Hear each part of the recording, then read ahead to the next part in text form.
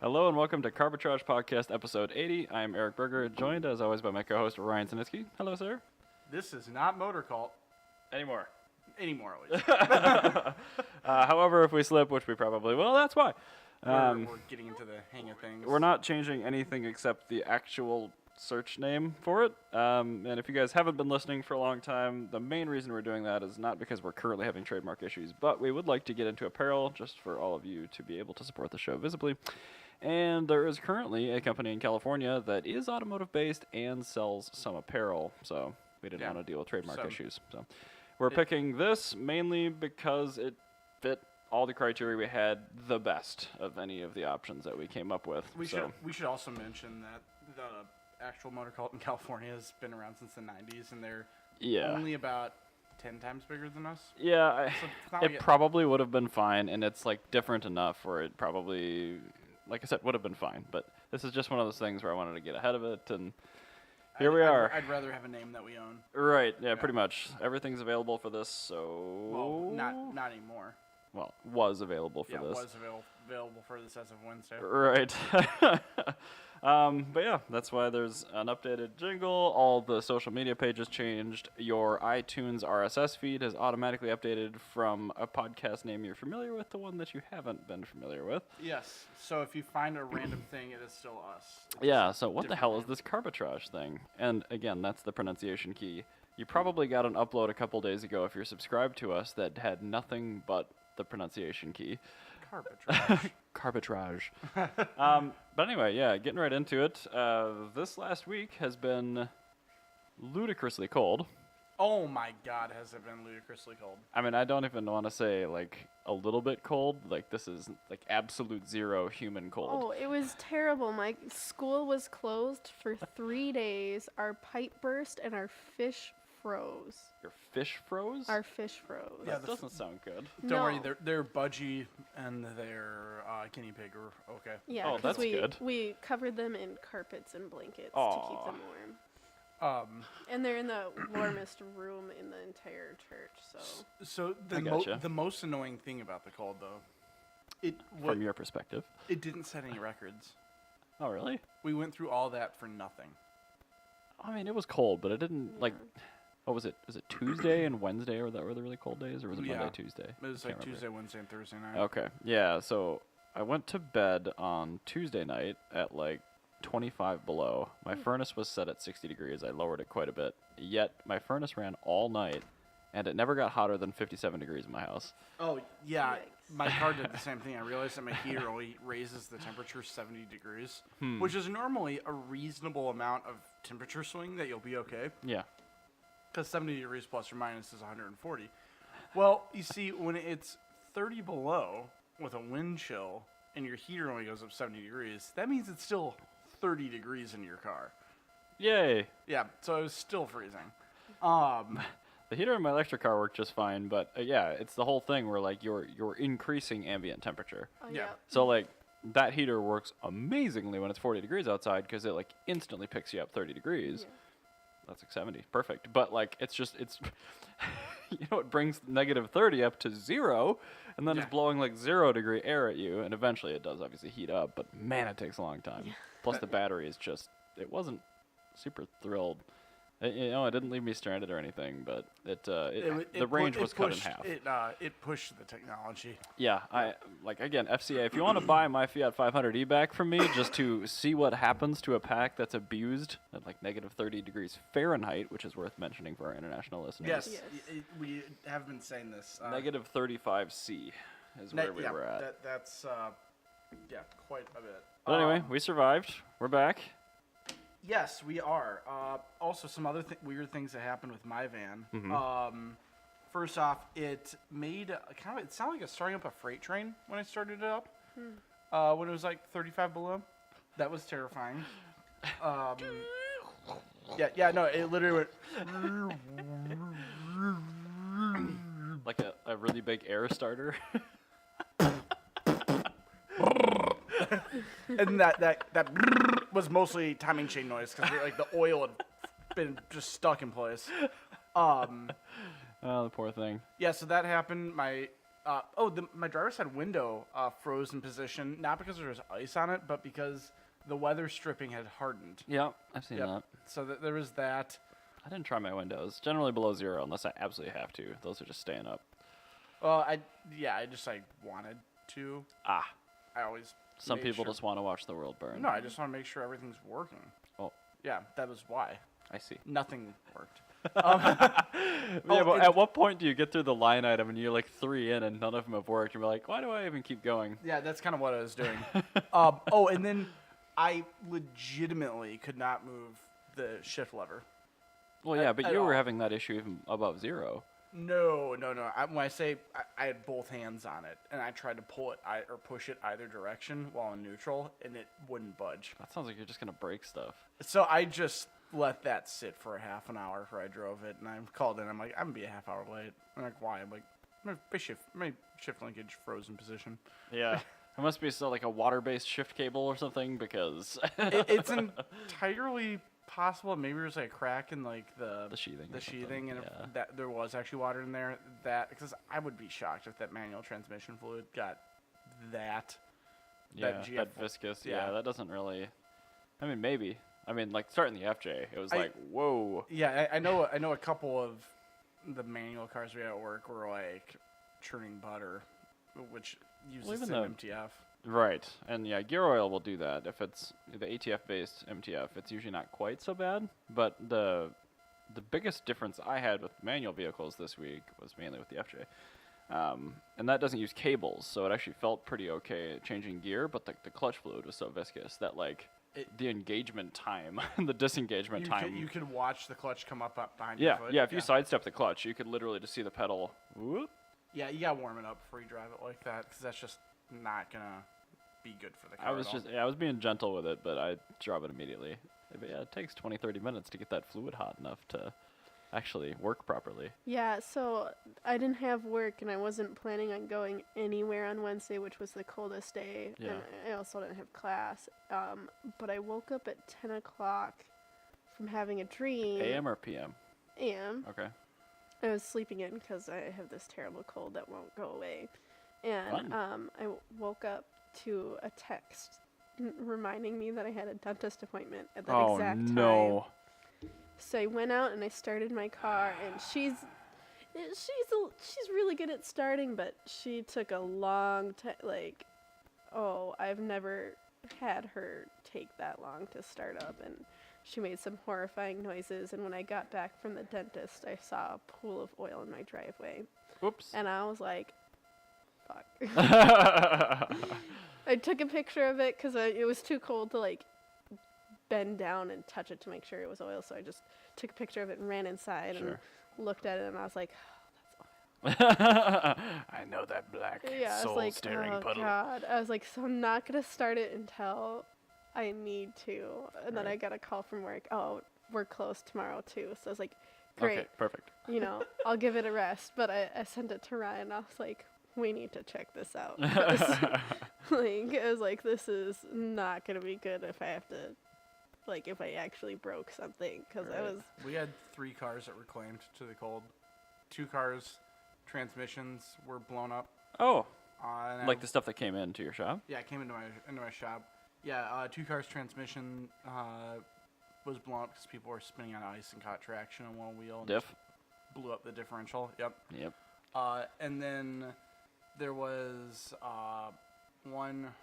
What was it? I think it was really low on oil. Sat for the most of the time, but then when they started, when it was 7 below. Yeah. Timing chain just let it rip and totally blew up the whole engine top to bottom. The little bit of oil that was there stayed in the top of the engine because it was so cold. Didn't get back into the pickup. And now there was water everywhere. Everything kind of had that little glaze of rust. And oops. Yeah. Yeah. Corey's car started. It took apparently 15 seconds of cranking. Yeah, mine was a solid 30. Poor starters. Although it's so cold out, hey. And the more you crank it, the better it is for that. But yeah, I've had to, jumpstart people. I'm really, really happy I bit the bullet and put a new battery in the FJ this fall. I was having intermittent problems where I'd come back a couple days later and it's flat dead. Sometimes it's perfectly fine. And when it was fine, it would always start right up. But yeah, that brand new AGM battery, boy, that thing, that's pretty skookum. Yeah, AGM's awesome. They're way they better were in the so the much cold. better, Yeah, yeah. it's crazy. Yeah, it's like night and day better. It's pretty impressive. But yeah, the Fiat did really well. It was just highly reduced range. Yeah, that's Yeah. So go Pretty with good. these. Good. Plus, I mean, that's probably a health thing. I mean, you just say, "Hey, I don't have enough range in my car." Sorry. Well, that's the thing. I plugged it in at work, so I was like, fine. One day I didn't do that, and it used 56% of the indicated battery charge to get home with no heat. So something was really wrong that day, Yeah. but I still made it. That was not a happy car. No. And like we always wanted to know how the battery was gonna do in the cold, and Right. so this really tested it. And I've had a 10-15 below years past, but this was definitely the coldest. Yeah. So I was deliberately trying to hurt it. Yeah, there you go. Perfect. Succeeded. Science.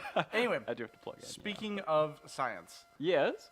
and sometimes people get things wrong. Mm-hmm. Japanese nostalgia car did that. Oh my. I'm not sure if I announced it just like off the cuff, but in the last episode I might have. But Toyota ending production of the FRS BRZ. Oh, the Toyota BR GT86Z. Yeah. That was actually a rumor that was spread by a Japanese magazine. Interesting. I think it was Best Drive. and or by that you something. mean just like it's not getting a second gen or what? No, it is. It was just completely incorrect. Oh. Yeah. So if you scroll down, I'll say the name of the who did that. But if you scroll down here, yeah, Best Car. That's who it was. Best Car is usually pretty solid for what they cover. So I wonder if they are going to finally do a drop top version in the that would next be one. so nice. Because the initial concept, right when these came out, showing the convertible one, it looked really good. I think a convertible or at least a Targa top would be really cool. Yeah, I mean, people inevitably compare these to Miatas anyway, so why Yeah. not at least No, offer it? Yeah, the- Targa would be cool. Yeah, I think a Targa would be perfect. I guess they actually do show a Targa here. Yeah. So that's one of the concepts. So yeah. Right. I know it's not a production vehicle, but even But still. yes, so that raised the ire of car enthusiasts across America. Well, I mean, I would too. I do kind of hope. I mean, it looks like, according to this, it's going to use the new 2.4 liter Sans Turbo, so that's good. I mean, that means it's probably going to pick up some horsepower. Actually, probably more importantly, some torque. Well, yeah. I think, Horsepower is just a function of torque. well, I think most of the issue with the FRS that people have with it is it's not very torquey. That could So, be. because you have so many cars that are like just piss slow, but they have a ton of torque. Mark IV Jetta 1.8Ts. All right, but that's a forced induction car. Yeah, but that's the thing. Is like that's got a lot of torque. So people go, oh yeah, that car's actually really fast. No, it's actually slower than a Civic, which has less torque but is faster. Right. Well, people, yeah. But people don't actually they, Well, it's they like- don't feel that. That's ND Miata versus Fiat 124. Exactly. It's Yeah. exactly that. Yeah. Yeah. Yeah. So I think a torque bump would be probably better. Right, than a especially if they horsepower can bump. flatten out that torque delivery, which was a huge issue with Yeah. the FA20. You can fix it with headers and a tune on the existing cars, but the fact that they never fixed it from the factory is kind of impressive. The one thing I really hope that they do when they make the next generation, yeah. keep the fuel injection system that they have in the FA20. They have direct port, Yeah. or they have port and direct like, Yeah. Yep. injection. Yep. That port fuel injection costs you or saves you from having to do Carbon intake cleanup, carbon cleanup, which is I think they huge. will keep that. I think everybody should do that. Yeah, I mean, it's just them and Ford that do that right now. Yeah, it's a really awesome design. Yeah, and like we talked about this actually once, quite a while ago, but the Yeah. added cost of that system is really not that high. No, it's not high at all, and in the long run, that's gonna, for somebody like Toyota, Right. something like that's gonna do wonders. Actually, Toyota does. Yeah, Toyota does Yeah, that too. since they I make think. this, Yeah. but Yep. no, since Toyota, like if they continue to do that, that's gonna do wonders for like the long-term reliability of their cars. 'Cause Absolutely, yeah. It's not really a reliability thing; it's totally a maintenance item.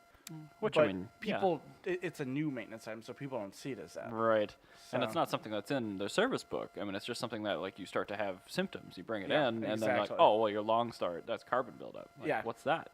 Well, why is my idle rough? Why Carbon do I buildup. need a $2,000 intake manifold job? Like, well, it's because it's completely gummed full of crap.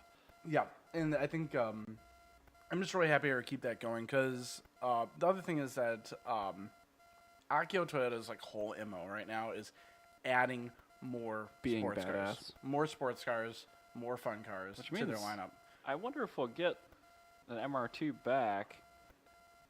I kind he's- of doubt we will. He wants to do either, or he said, rumors again, They wants to do either a MR2 or another smaller car. I really like the I cannot remember what the actual name is, but they had this. I think it's like the SHR or something, the SCR. Try scrolling down just a hair. No, they didn't have it. Go back up to the original story, maybe. A little hand. I'm totally blanking because I love this design that they have. I don't have a computer that is functional in front of me, so I can't really look it up. That's very fine. quickly. But no, Toyota had this really cool concept car that I would love for them to put back in production. I'll actually try to get that ready for later on in the episode. Yeah, sounds good. Try to find it. I suppose we do have to try to keep it rolling for audio listeners, let's do that and just move on to the next topic while I'm getting this figured out. Well, I'm excited that the car is getting a second generation. I mean, ever since it was announced originally, people were like, "Oh, it's great," but like, "Oh, it doesn't sell very well." Like, dude, it's doing like 30,000 units a year. That's pretty good. Well, all right, so Probably gonna get a second people say gen. it doesn't sell very well, like in the state of Minnesota. Yeah, where It sells pretty well up here still. it sells, yeah, for a rear-wheel drive car, it sells like hotcakes. Compare up it here. to the other vehicles that it's in the same segment as and fighting for the actual same dollar. It's selling really well. It's yes, and it's the thing is, in Minnesota with our weather, I know that you're not a fan of it, but we do have a juggernaut that they have to compete against, and is very close in price. Is WRX, like, Well, I mean, I do think people cross shop these and Miatas. but I mean, like in price range, like I would get a lot of people that cross shop them. SFR, by the way, that was the name of the concept car. If you can throw that up on the screen. SFR? Yes. Is there a link to it? Just it should be at the bottom of that. Scroll down, like all the way to the bottom of that one. That green one, I love that. That looks like a Copen active top. Kind of. Well, Daihatsu's owned by Toyota, Yeah. but it's based kind of off the Toyota Sports 800. Corey asked what we want. Jana, can you tell him? Yep. Thank yeah, you. Jay, you know what I want, right? Mm. Steak, beans, cheese. Our simple. sound engineer is stopping at a Chipotle to give us delicious food on the way because nobody here has any foresight. Yeah. Well, actually, we tried going, but the line was insane. And it was like long enough where I thought about just doing an online order and waiting in line till the online order is ready. Oh, 'Cause I gotcha. The online order was 15 minutes, whereas like it was like a 30-minute No. line. It's anyway. always 30 minutes. on Anyway, the so computer. yeah, so I think the SFR would be a very cool kind of concept for something from to bring here. It is. I like the shape, and I think they could get away with the styling, but they could never sell a car that size here, unfortunately. No, I think maybe if they scaled it up, I know this sounds weird, but if they scaled it up to be based off of like maybe a Yaris platform instead of a K car, Yeah. that would be perfect. I think so too, but I mean, the Yaris platform is still front-wheel drive. Is this? No, that'd be rear-wheel drive. But Right. I mean, like a Yaris size, I should say, not Okay. based directly off a Yaris platform, but something like. Oh, you're just saying the form Yeah, like factor. that Okay. kind of platform form factor, like a subcompact size. I would love to get more Toyota rear-wheel drive-based platforms because they seem Yeah. pretty freaking rad. Yeah, and I think what would also be really cool about this would be, like, one of my all-time favorite car classes are Yeah. eco sports cars. Yeah. Small, The fuel slow car efficient, fast. small fuel efficient, fun cars like the MX-3 and Oh, that stuff like V6 is so cool. yeah, the 1.8 liter V6. That's awesome. Stuff like the MX-3. This is kind of like a weird one, but the Suzuki Swift GTI, which was a Yeah. 1.3 liter dual overhead cam. Oh, you're talking first gen. Yeah. I thought you were talking the one when that's it, still made. when it was still based off the Cultus or the Geo Metro, right. where that was a 1.6 liter, 110 horsepower Geo Metro. Like, That was 1.3. oh, sorry, 1.3 liter. You're right. Yeah. 1.3 liter, 110 horsepower Geo Metro with a dual overhead cam engine. And you could put the Super. booze ahead on it and make a lot more. Yeah, it's Yeah. super cool. Yeah, and Toyota, Nissan, everybody had theirs. Nissan had the Pulsar. Toyota had the Corolla FX16, which was more of a hot hatch, but I mean, like, Yeah. they had stuff like that. Yep. But no, I think that's like my favorite kind of form factor for a car is the eco sports car because it's such a competitive market. Like, you can't just throw unlimited. I think You a hatch based on that platform would probably be my favorite thing. I mean, I love top down, but like it's just not realistic for a convertible to be like my platform of choice. Yeah, no, it's fair. Well, I think that'd be more like a Targa sort of thing, because that's what the Sports 800 was. Well, even still, I just mean like day-to-day practicality. Yeah, that's fair.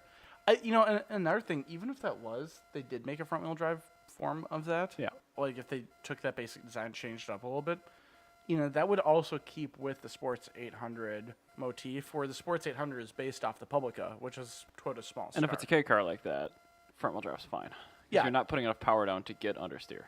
No, and even then, like, most companies can engineer around that. Yeah, Like I mean, Honda's, front-wheel drive platforms are getting better. yeah, Hugely better. Honda's famously been able to get front-wheel drive cars that actually have oversteer, or like the Preludes in the 80s, but did And not the have. F500E, what's up? Thank Yeah. you, Bosch. They literally did not have understeer. They would the rear end would kick out on Preludes. So That I do kind of front-wheel drive snap oversteer is like one of the most interesting things to experience. it really is, like, you don't expect it. And Is then, this an AP1 S2000 all of a sudden? What is going on? yeah, what I like about that, like, if you ever driven like an 80s Prelude, I haven't. I well, would like to. if you ever do, and you take around a corner, like, the rear end kicks out, but it's front-wheel drive, so you just power through it, and it sorts itself out. Yeah, And you have correct all- it like four-wheel drive. I kind of get that. Yeah, it's kind of fun almost. Like, When in I doubt, get the appeal. power out. Yeah, exactly. Now, I would let's actually move on to the next topic, since we talked about that car I wanted to mention. Okay. I think we talked about a bunch of cars you wanted to mention, but yeah, that's fine. Next one. So we've been talking V160 Mark IV Supras. Last episode we talked about the Volvo P1800. These, of course, have in common I saw this. Yes. being just ridiculously on the way up price-wise. Yeah. I want to swing it back to Deutschland. Yeah. We've got a lot of up-and-coming vehicles, but I want to talk about actually one of the more modern ones. And this is, if you're watching the video version, I will switch over right now so you can see what we're talking about. If you're not, The shoe. we are talking about a clown shoe. So the BMW E36-8 Coupe. So the Z3 Coupe. Not the convertible, the one that actually looks like a clown's shoe. They did M and non-M versions of this thing. So And they're offered with a 2.8 or 3-liter normal naturally aspirated 6-cylinder in the Z3 Coupe. And then they sold us the M Coupe, which was offered with 2 different 3.2-liter engines.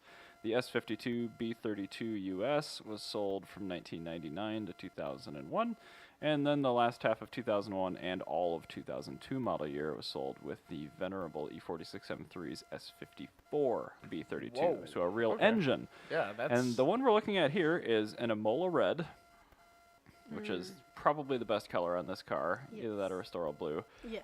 S54 car with 4,000 miles on the odometer. So this Wow. is the most desirable M Coupe. And you guys want to guess what it sold for just I'm a couple of looking days at the ago? price, and I- Oh, okay, don't fine, well, you believe well, can't it. not only guess. that, I watched it. No. I watched it close, but I told Yeah, I was Keith, following my this. coworker, I'm going for 75 on that, and it blew me away. Yeah, so I'm going to announce it because I wasn't looking at the number until you told me to guess. Sure.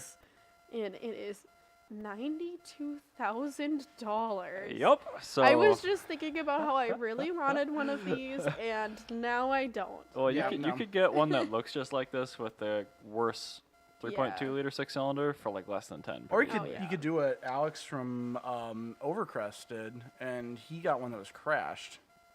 And then you could stance it and completely ruin it like you did too. Well, I mean, the thing is like, I'm kind of okay with that. Like, Nah, not me. well, no, because the car was wrecked. Like, the body was structural. It was lightly crashed. There- Didn't have there- any structural damage. Yeah, there was. There was no. rim damage. No. We're gonna have to talk to It Alex about crumpled this. the hood. Anyway, the thing is that still is enough to like just destroy value for a collector car. So yeah, whatever. Do what It's an you want with S52 it. car. They're not going to be collector cars. Yeah, just do what you want with it. Like, I'm entirely Stance in favor. is dumb. I'm not in favor of that. I'm in favor of him doing whatever the fuck he wants. It's his car. I don't want to talk about it. But anyway, no, I think that I'm really happy that these cars never have and never will reach E36 levels of cheap. Right? Because I remember watching all the drifting like fuckboys that were like, and not that all drifters are like that, because people like Reese Right. Nicholson are actually really yeah. cool. Yes. I mean, yeah. But no, I mean like the real like just like absolute like just dicks that take like a S13 and just continuously crash into a wall and make a drift missile. Ooh, drift missile. Yeah, like that. Those people. And they keep running worse and worse tires to reduce the grip because they don't have the talent to manage a high grip drift car. Actually, I think it's not 240s anymore. Now it's like G35s. They're taking the brunt of that. I was gonna say I see a lot of 350Zs with LSs in them now. Yeah. So like those kind of people.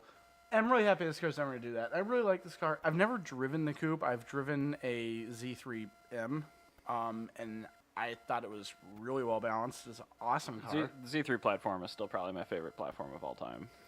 That's up there for my German platforms. It's so tail happy, and the reach over angle of the door is like just how low the belt line is. It goes along. That's what I really love about it. And Yeah. actually, more than that, I love that you basically sit on the rear axle. Yeah. That's my favorite Yeah, part. you It's just a you sitting- rotate seating organically. position. Like Yeah. your brain just knows what to do. Yeah, that's really, really awesome. I love that. God, look at that fin differential cover. Yeah, I love the rear end on the Z3. Look how old those tires are. They haven't made that tire in 10 years. That's don't drive that very hard. Harold Chef, one of my good buddies locally, had a 2002 Imola Red manual shoe that he got from European Auto. Ooh. And he recently traded it for another extremely rare M car. But he didn't get anywhere near this much for his. So This is a truly an amazing car. So it is a great car. I do like. I'm really happy. There's some cars where it's like I really want them and they're not going to be attainable for me, but I'm really happy that they're not attainable for like other people either. Where it's like this car should be put on a pedestal. What I'm most just kind of perplexed by is people just lust after the coupes, and I don't know why, because nobody seems to care about the Roadster. You It's the can rarity. pick up. It's not that much rarer. They made by far the most M coupes of any of these. Like if you want a rare one, you get a non-M coupe because they made almost none of them. If you see a 3-liter Z3 coupe, you're literally looking at like one of 100 in existence. Oh, really? Yeah, Well, they made many, many thousand of these. I think another thing is the form factor of the car, the fact Yeah. that it looks like a clown shoe, and it's But the Roadster's not a bad-looking car. no, not at all. But this car's got a very unique shape to It does. as well. It's very unique, yeah. There's some cars where the form factor of the car it really determines the value almost as much as everything else about the car. That's true. And so this is one of those examples, or more often you find that going the other direction on the car, of lowering the value. But this is one of those cars where it really works to just crank the value through the roof. Do you think, this is speculation, it's not in the notes or anything, the Z4M coupe that they made after this, the successor, so Yes. limited slip diff, all the same I kind of don't think underpinning, that- I don't same think engine. that's not going to be. You don't think it's going to do the same thing? No, not at all. I don't think it's going to do it to the same extent, but I do think it's going to appreciate. I'm sure. That Well, car, yeah, it it's a doesn't good have car, the but- sit over the rear axle, tail happy No. nature that this does. It doesn't have the looks of it either. This is like the most lovable car ever. No, this is a happy car. That one was The when happiest angry country Yeah. car. Well, and then the other thing is like they've made the Z4 for just too damn long. There's Well- been multiple generations of it. There's only one generation of Z3. That's true. I kind of wish they had kept the Z3 naming. I wish they'd continue going on, so Z5 and whatever. Or if they had made a Z5 and just had a like M5 engine in it, that would have been fantastic. I love Roadstar wheels. That is like the most quintessentially 2001 wheel I can think of out of Germany. The wheel works on that car and only that car. It does. I cannot. I've seen these on E30 M3s. I'm like, what are you doing? That's disgusting. The only part from that car I have on my car is the fin differential cover. Yeah, that wheel fits on only that car. But anyway, we are going to see a lot of very low mile early 2000s M cars just absolutely shoot through the roof. We're going to see Well- M5s, M3s, M Roadsters. That's why I bought that M5. It is. And honestly, don't blame you. I could buy an S54 powered, so the really late Z3M Roadster for the same price as a Fiat 5 or a 124 Abarth right now. I would get that Z3 Roadster. But the thing is, I want a car that I can just abuse and leave outside and have a warranty. Yeah, but Yeah, you know how tough a decision that is no. for me? All right, so I'm gonna tell you right now, you're always gonna be able to buy that. This is I know, but I don't You want to are- buy two cars. you are at the twilight of getting a reasonably priced Z3M. I know.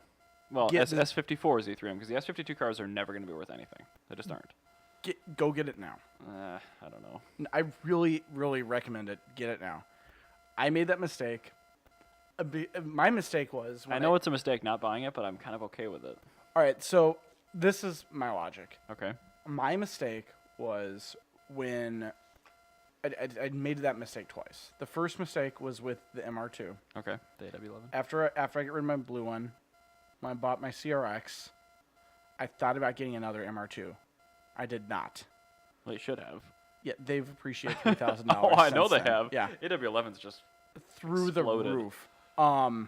And then the other one that I made that mistake with was R32 Nissan Skyline non-GTRs. Yeah, like a GTST. When those first started coming here, They were $15,000, $12,000, I was gonna say, $14,000 like, all like day long. nice one, like pretty nice ones. Yeah. With no issues were 11 grand. And my reasoning for not buying it was I was going to get a car loan for it, and I didn't want to deal with a kind of ridiculous payment. Like, I didn't want to deal with a, like, $200 a month car payment Mm-hmm.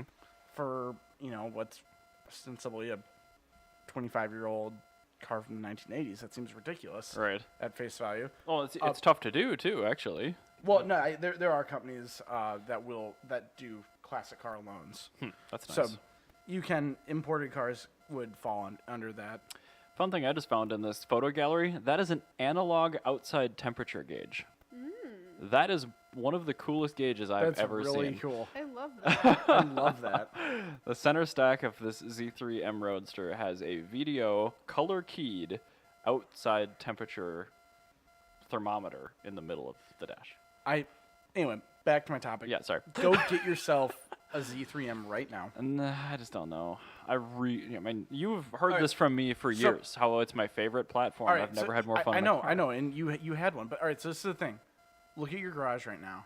Uh-huh. Right now, you have a what was it, the S46 or no E46 M3. Yep, with the same engine, so the S54. Yep. You have the M5. Yep. Of the same era. Yep. That's the car that's going to complete that trifecta. Yeah, You can only do this now. I know. Otherwise, you will not be able to. I know. But here's my hang up. If I was going to do that, I would probably get a Z4M Roadster. No. Because they're $5,000 cheaper and it's the same running gear. Well, no, because that's the thing is you're not getting the car that's going to appreciate in value as much. Right, I know. That's the whole Which thing. is why I'm going to buy a 124. Because I don't want to take that half measure.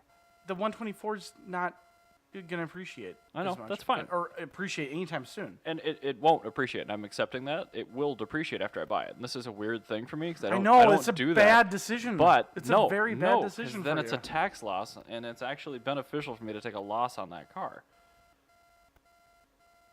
Ryan is giving me a very disapproving fatherly look right now. You're right. I don't know. I mean, do you understand where I'm saying though? Like, it's gonna sit outside in the snow over winter. I'm gonna drive it through salt. I'm gonna take it to track days and beat the ever living tits out of it. Everything. Don't you have like your Toyota for that? Not for track days, As but it for needs- like sitting out in winter. Track days is my thing. I don't have a track car right now. Although you could argue that everything I own is a track car. You don't have a track car. I don't have a track car. I used to track the Gas 500, but I can't do that with the E. And Blubsky's not reliable enough. That car isn't reliable to go to McDonald's and back. All right, you got a good Oh point. man, I've got a sad story locally relating to a Blubsky, not my Blubsky. A really clean 75, medium red on tan, 240D, automatic. Yep. It was at Cars and Coffee earlier this year. It was Yeah. the only car I took a picture of this season at Cars and Coffee. It almost burned to the ground last night because Oh the my God. blower motor caught on fire while it was warming it up was outside. it on fire? Yep. So all of the interior is shot, and the center portion of the car is toast. But like the front The and rear car- clips are okay. So I'm gonna buy the hood and fenders and stuff for Blubsky, but it's Oh, really that's a sad. bummer. That I is really know. sad. Really Actually- nice 240D. Speaking Ryan, of, no, we're not going to talk about that. yeah, we're not talking about a thing. Well, I'll tell you about once we get it finalized. Okay. We'll talk about this off air. Yeah, Okay, we will perfect. talk about this. We off are air. gonna hold out on all of you. So there Anyway, you go. You're why welcome. don't you bring up the podcast notes so I know what Yep. my next topic is? Sorry, I was getting there. I just had to turn off the stream so All people right. don't have to look at our Right. notes. This. So I kept seeing all this stuff about Chip Foose here and there, over there, and I'm like, Well, let's why explain who Chip Foose is to the people that don't just necessarily know. the most aggravating car builder. So he He's like a Boyd Coddington, and you probably don't know Chip Foose if you don't know Boyd Coddington. So the kind of Well, people no, that were just Boyd- over the top. Boyd Coddington has way more taste than Chip Foose. I disagree. Chip Foose designs modern cars in the same style that like 50s customs with a Do you know what Chip Foose does? He does MTV's Pimp My Ride to classic cars. He does actually. He does that sort of thing. But Boyd Coddington ruins them. Well, so yeah, it's because Boyd Coddington was ancient. But he ruins them in his one style, which some people really like. Well, that's the thing is like Boyd Coddington. It's just super 90s. No, Boyd Coddington was around way before that. I know, but like all of the styles of his cars, everything's shaved, everything is smooth. That is super 90s. Yeah, and I think that like he had his era. But all right, so with Chip Foose though, the thing that aggravates me about him, he was given Hot Rod Builder of the Year from the Grand National Roadster Show, which is Is that a prestigious award? Yeah. Sorry, not of the year, of the decade. Oh, Oh. that is many years. In fact, that's 10 of them. Yeah. So I have just a really really hard time saying that he is worthy of that award. Wait, Anyway. and you're talking the decade 2009 to 2019? Yeah. That doesn't make any sense. Foose is a has-been now. It's garbage. He was like the mid to like the No, even the then, noughties. he sucked. He always But sucked. he was extremely popular. Yeah, okay, cool. So is Donald Trump. Doesn't mean he's a good president. Like,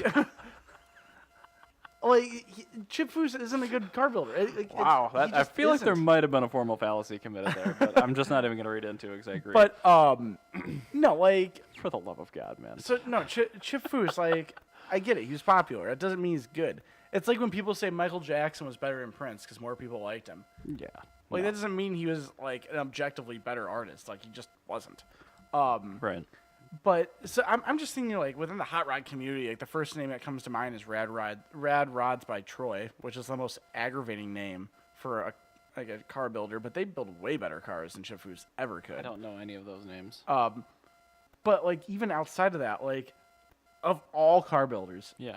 in like the They last they 10 had years, a large sample size of people to choose from. Yeah, I get that this is just for like roadsters and like hot rods and Oberholland, stuff. bruh. Yeah, and like overhauling sucked. Like Bitchin' Rides is better than that. And I still hated that show.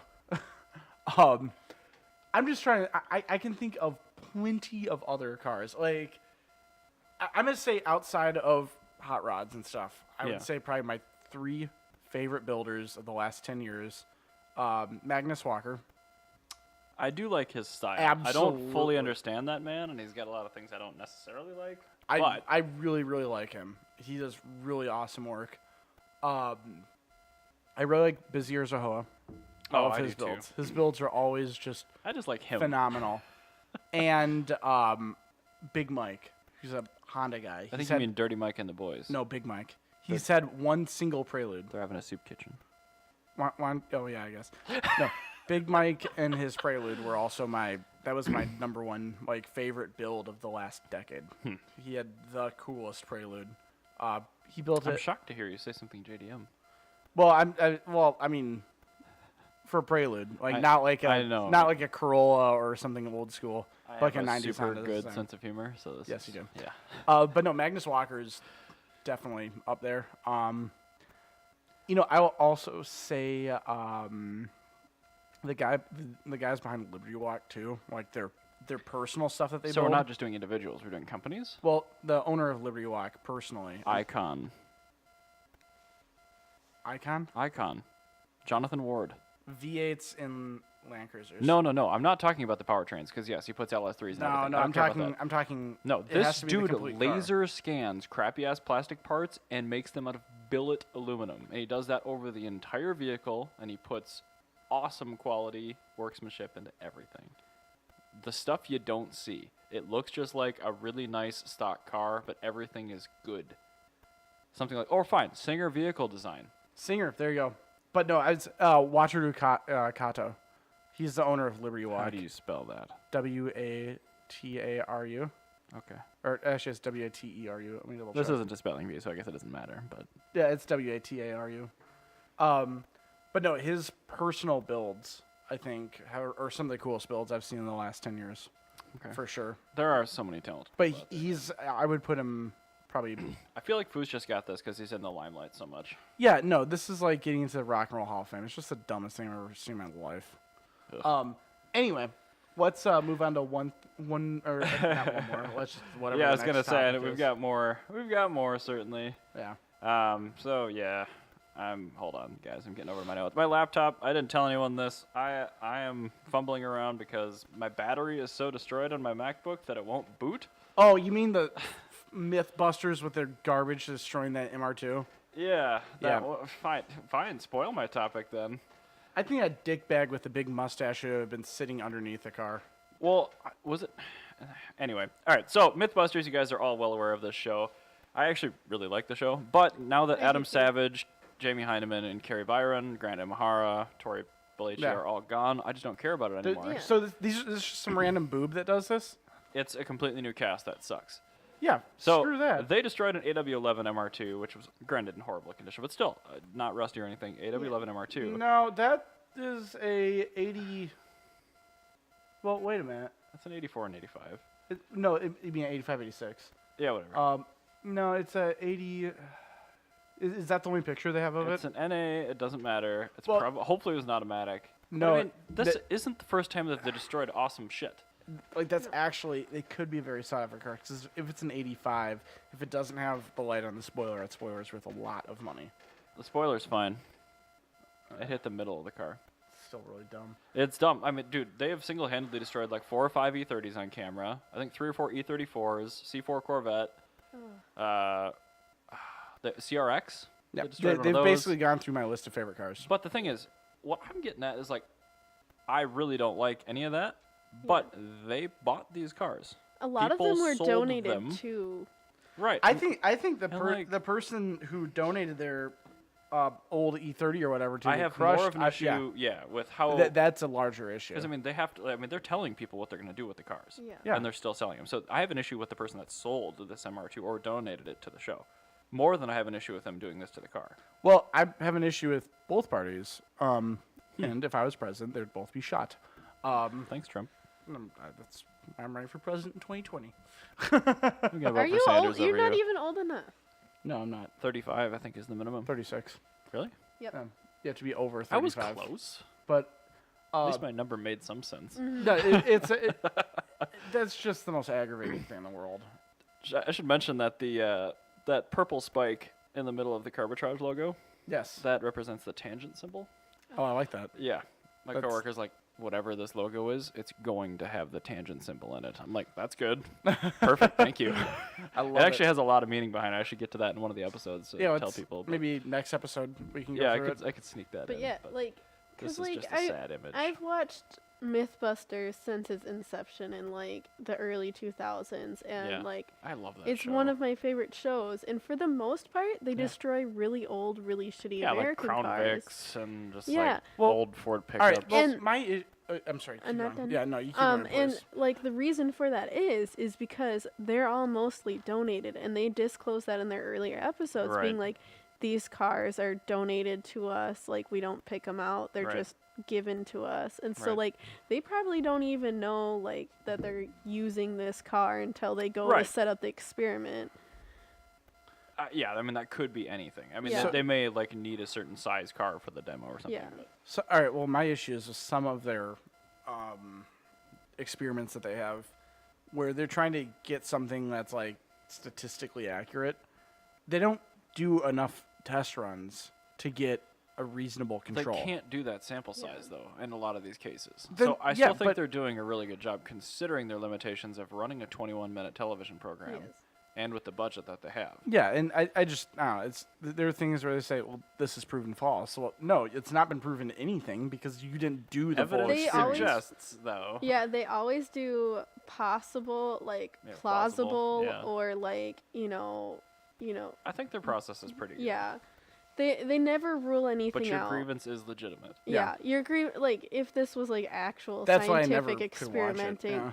Yeah, but like they like especially when you watch the earlier shows, they really explain like this isn't, you know, scientific fact. It's just according to our process and And there's our like scientific testing whole and subreddits of just like digging in and Yeah. providing alternative. Yeah, and they'll evidence go and things like that, back which is and cool. Yeah, they in like revisit. episodes, and they'll revisit it when they have more like I still like information and Mythbusters. stuff.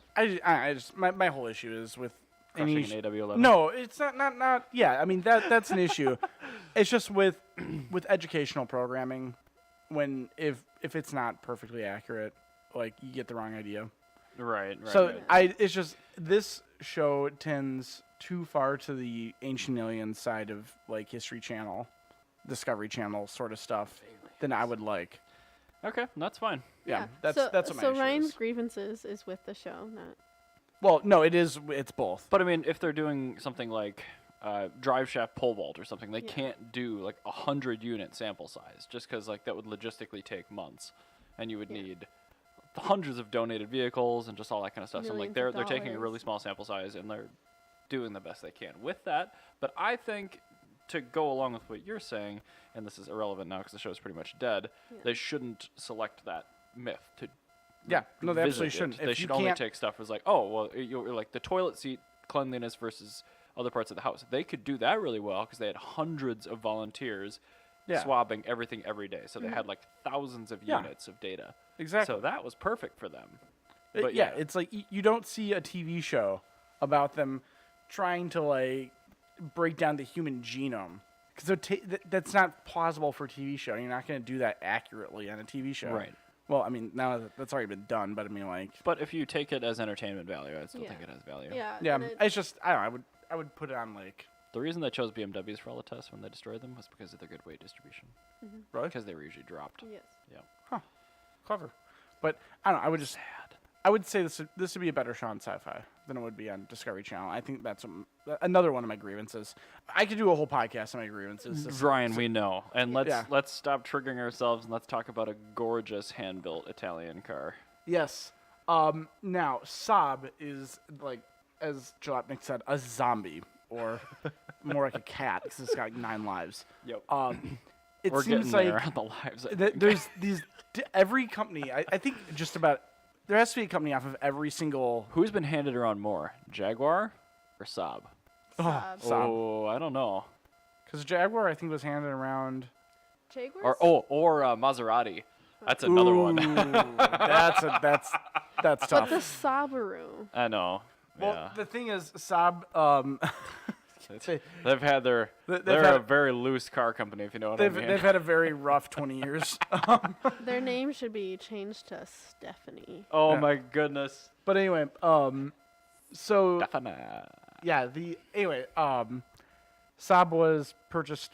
They went under. They were purchased by a Chinese company by the owner of TVR, and now they're. TVR doesn't have an owner right now, as far as I understand. I don't even know what's happening with them. Poor TVR. But now finally Koenigsegg purchased them, and they plan on making the electric Saab that the Chinese company planned on making. Oh, cool. And I think, from what I understand, their logic is to make something that's a lower scale, or a lower price, higher production model Okay. to kind of get some revenue going for Koenigsegg, because they really make like 2 cars a year. I cannot wait to see what Christian von Koenigsegg would do with electrification. I mean, they've kind of done that with their one-to-one, Yeah, which is, boy, that's a fascinating powertrain. that is endlessly fascinating. Direct drive with a torque converter on the gasoline engine Yep. with lockup, and then it's got electric drive to torque fill before that thing can lock up. I mean, And it's just no- fascinating. And no camshaft. That is not a free valve engine. It's not free valve, No, which it's I thought it not. was. No. Didn't they do that? I thought they did. No, one. it's a development technology, but it's not currently in any of their Oh, okay. vehicles. All right. Yeah, It's I thought they super were. cool though. Free valve is fascinating. If none of you guys know what we're talking about, go type into YouTube free valve, FREEVALVE, Yeah. and watch Christian von Koenigsegg's video. This man, he's an alien. Yeah, no, he's It's not. just he he's doesn't not a real think human. like humans. No, he no. doesn't. But I mean, that company is endlessly fascinating. I think it's more interesting than Horatio Pagani, because Pagani's fair. just a fine craftsman, but Christian von Koenigsegg is That like is the true. It technical is- side. it Can you is imagine more- if they made a car together. Oh, it'd be the perfect vehicle, the absolute perfect vehicle. But saying that Koenigsegg is more interesting than Pagani, that's you can't. It's not really apples to apples. That's like saying, hey, what's more interesting, CERN or the Louvre? I was gonna have a similar metaphor, like the Mona Lisa or mapping the human genome. Yeah, they're both it's like- pretty interesting. Yeah, they're two very interesting things. If we map the Mona Lisa's genome, that's what I'm talking about. Yeah, exactly. But anyway, I'll be curious to see. I mean, I don't see. I just briefly paged through it. I didn't see any specifications or anything like that on No, what they're it doesn't- anticipating. But I mean, electrification is the future for right now. So why yeah, not? no, I think it's really cool. And the concept shot actually looks pretty good. Yeah, I think that's the. Looks very sobby. I think that's like back when they were coming out with the Nevis, the new era vehicle Saab, whatever. The new electric vehicle Saab, I think is what it was. Oh, that makes some sense. I think that's what it was, yeah. This it actually kind of looks like a Skoda wrapped up in a Saab frock, but Oh. Kind of. If you connected the headlights to the grill, it'd look like a Tatra as well. yes, it would. It is generally European. I like that. Unashamedly so, yes. I think it'd be really cool if Christian von Koenigsegg just like started buying up weirdo makes that everybody like loves but nobody bought. So like he puts like Koenigsegg and like Saab and Tatra all under one umbrella and just God. be like the Volkswagen of weird I think somebody should, if nobody owns the Tatra name, they should bring it back. and continue making air-cooled V8s. Yeah, like make like a Pagani sub-brand of road cars and just call them Tatras or something like that. I think it'd be really cool. Like I think Like very finely made, technologically impressive road cars that are just like absurd. yeah, no, I think that'd be really cool if a lot of like supercar manufacturers bought up these defunct European car names Right. and made cool stuff with them. Like I would totally buy a Pagani owned Tatra. Oh, Because totally. Then that means that there's gonna be more better Paganis. It's gonna have a Mercedes turbo 6-cylinder engine in it, and everything's gonna be made out of billet aluminum. Perfect. God, the thing is with Tatra, that's a tricky brand because their whole thing was air cooled. Because it killed so many Nazis. No, it's because everything was air cooled. Like it has to be air cooled and rear engine. Fine. Because even their cars in the 90s, You could engineer a really skookum air-cooled engine Yeah. these days. you really can. I think that'd be super cool. Or just contract with like Continental or something and just use a modified airplane engine that's already in existence. Yep. What are some other good defunct European brands? I think Talbot would be a good one. Lister? Ooh, Lister's not defunct, are I they? think they are. That'd be a really cool one. Yeah, Lister's pretty cool. Lister would be really cool, man. Rover. Oh, yes. If Aston Martin bought Rover, So amazing. that'd be so great. Would they be the best owner for Rover, though? I don't know if they would be.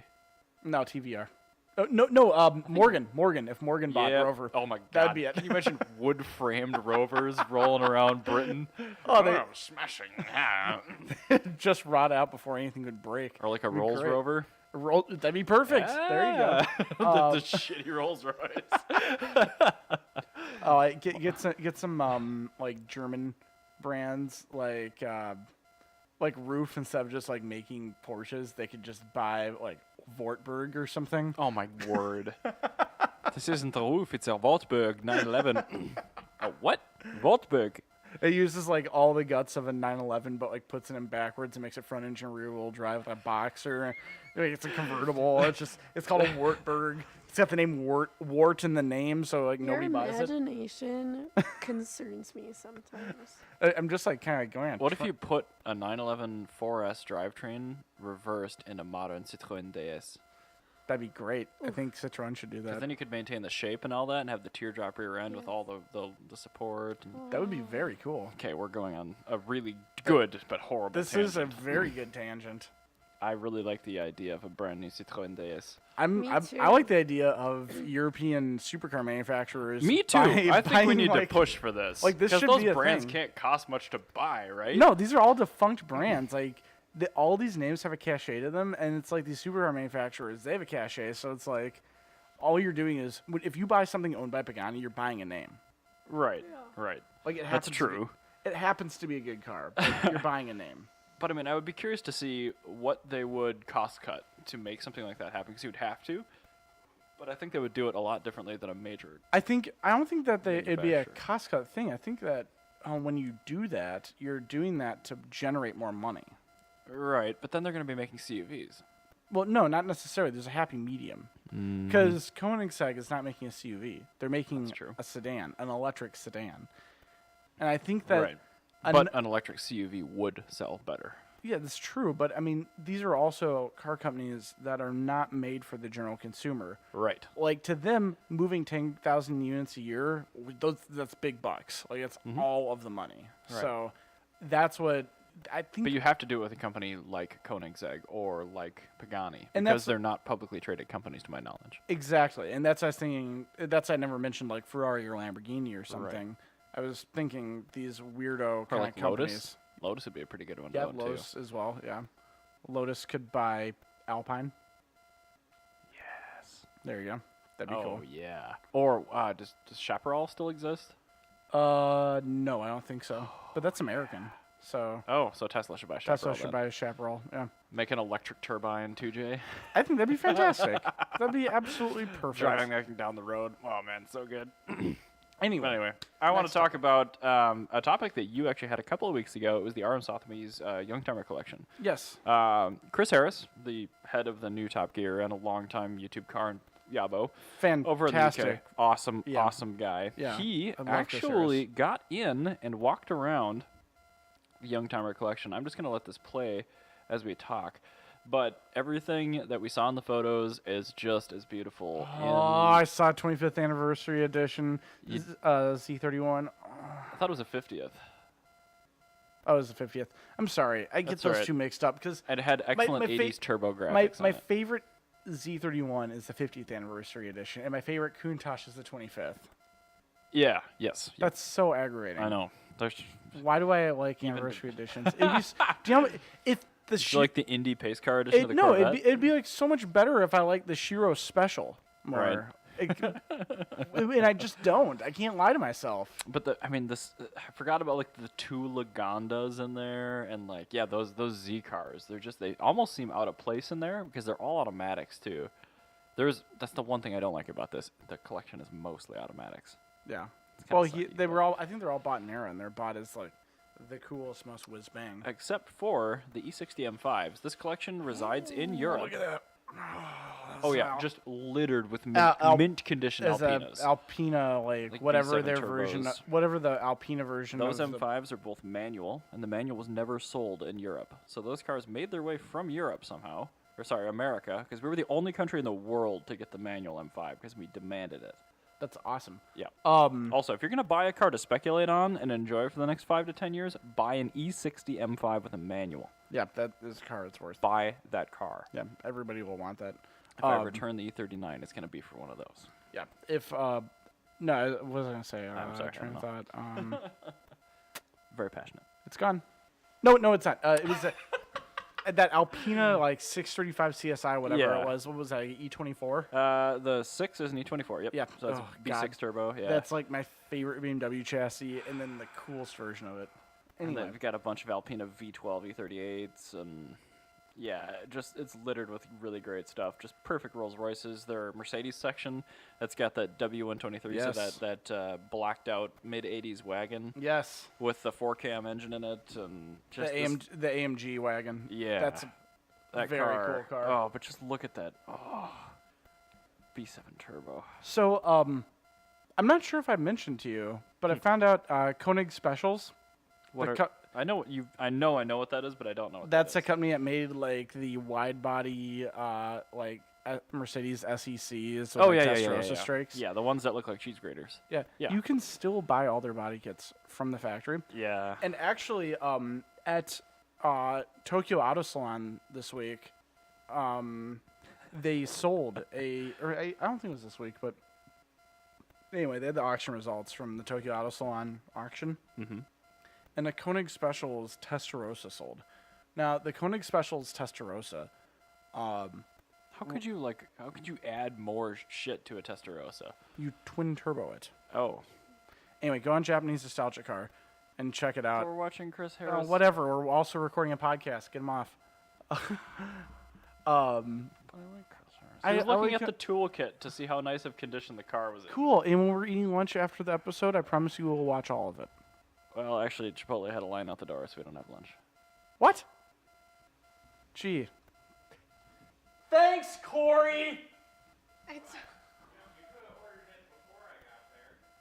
Anyway, No, just why didn't you just go to the Japanese nostalgia car? I don't know. Because I asked you. I'll just do it. Anyway, as I tell you how much the Koenigsegg specials. We're really good at interesting radio. No, I was to tell you how much the Koenigsegg specials Testarossa was going to sell for. But I'm already done. I got it on my phone right now. Where is it? It must have all the wrong keywords in it, because even if I type in Japanese nostalgic, it doesn't come up. Yeah, I don't know why you just type in www.japanesenostalgiacar.com. Because I don't want to. I'd rather Anyway. watch Chris Harris walk around this sweet garage full and then of have BMWs and god-awful radio.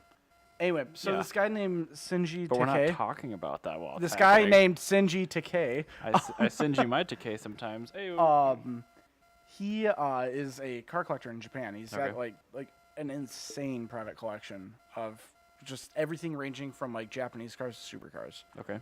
And he sold off some of his Koenigsegg Specials cars, which included a Testarossa and a 308. Oh, goodness. The Testarossa sold for $288,000.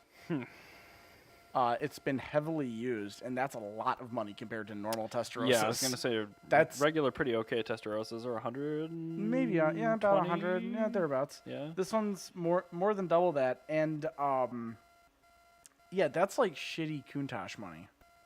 Oh, I do love the Countach, though. That's like Did Koenig do a Countach? on. They looked at it and they're like, it's already done. Actually, I think they did actually. What It about a was Pantera? No, it was either Koenig or ABC exclusive. One of those companies did do a couple of Countaches.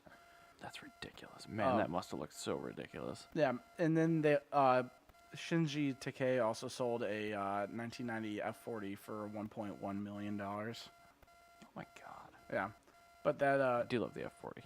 yeah. So anyway, yeah, the Koenig Specials Testarossa, actually, that might be the only Koenig Specials car that makes the car look better than it did from the factory.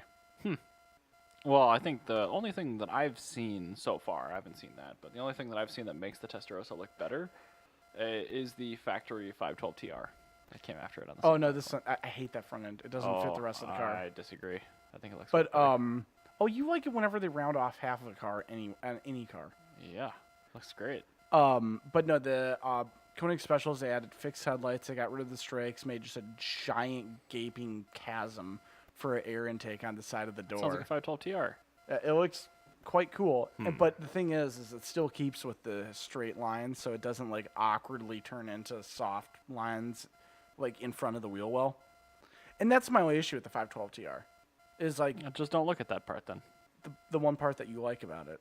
I do like that part. Yeah, but I mean that's the thing. Is like 'Cause it makes it look more like my car, which I like. It's like they gafted the front end of your car onto like a 308. And it looks disgusting. It's like two different things. Hey, let's take this E30. Front and and rear end and most of the side. let's take this E36 front end, stick it on an E30 M3. Oh wow, Eric Berger's gonna love it. No, they kind of did that because there was a company that made new headlight grills that you could put square headlights into an E30 with. Oh no, that actually looks kind of. I've seen those. No. If you get those with like the Zender body kit, well, it looks kind of cool. That's just where you're wrong there, buddy. But that's also not on a M3. People only, have done those to M3s, I'm sure. and that would be terrible on an Yeah, M3. well, 'cause it's the just like putting E36 headlights on it 'cause those are square. No, it's different because they're same. both sealed beams. It's different. It But looks anyway, the same. what's the next topic? That's it. Oh, we're done. Yeah. Well, Anyway, I want since we are under a new name for the podcast, I wanted to just end the show a little bit differently than we normally do. okay. What is one fun fact that you learned about in automotive wise that you learned this week? Oh, shoot. Well, you go first because you're setting me up on this just out of the blue here. This week? Yeah. Or one cool thing you did. I want to end on a happy note. I'm done ending on sad notes. I on this remote podcast. started one of our office vehicles on the negative 30-degree day, and it took 4 tries. And I was watching the exhaust pipes on this thing out the window, pointing the key at it, and I could like see these like puffs of the engine trying to start, and like the lights dimming. I'm like, no, you start. And I finally got it going, so then I didn't have to go outside in the cold. So That's I mean, the best thing I've got this whole week. for Really. mine, I'm gonna riff off of that. I Oh found my out that we purchased a remote start for the boss's truck at Okay. work, and then Is F-150? his F-150 that he then sold 2 weeks later. But then Andy, the technician that bought it, realized he was going through some of the coding on the car and said this already had a remote start installed on it. So now it's got redundant remote starts. So he has a separate key fob for the remote start. But then he also looked on this. He goes, so if I press the lock button once and then hold it for 5 seconds, it remote starts. So Yeah. he tried that and it remote started. Fun fact, if you use that remote start and the other remote start, it'll just grind the starter. Another thing we Guessing found somebody out. tried. Yes. Jana, did you learn anything? I didn't learn. Well, a couple weeks ago, I learned that giraffes are more genetically diverse, interspecies, like between themselves, than some species are to each other. Jeez. So Yeah. giraffes are more genetically more different Then we are to like, mice? No, than we are to like orangutans, right? I don't remember what species they use. But there's a few different but species. like some species are more closely related than individual giraffes. So what you're saying is we need to get into the giraffe breeding business. Yes. There you go. Not only do we end on a happy note, we also learned something and end on a bombshell. Thank you for listening to Carbitrage. Carbitrage. That's a take a minute for me to not say Motorcult. Carbitrage. It's fine. And yeah, this is. Thank you for It'll take listening. us a bit, but- We'll be back on Wednesday. Bye. See ya.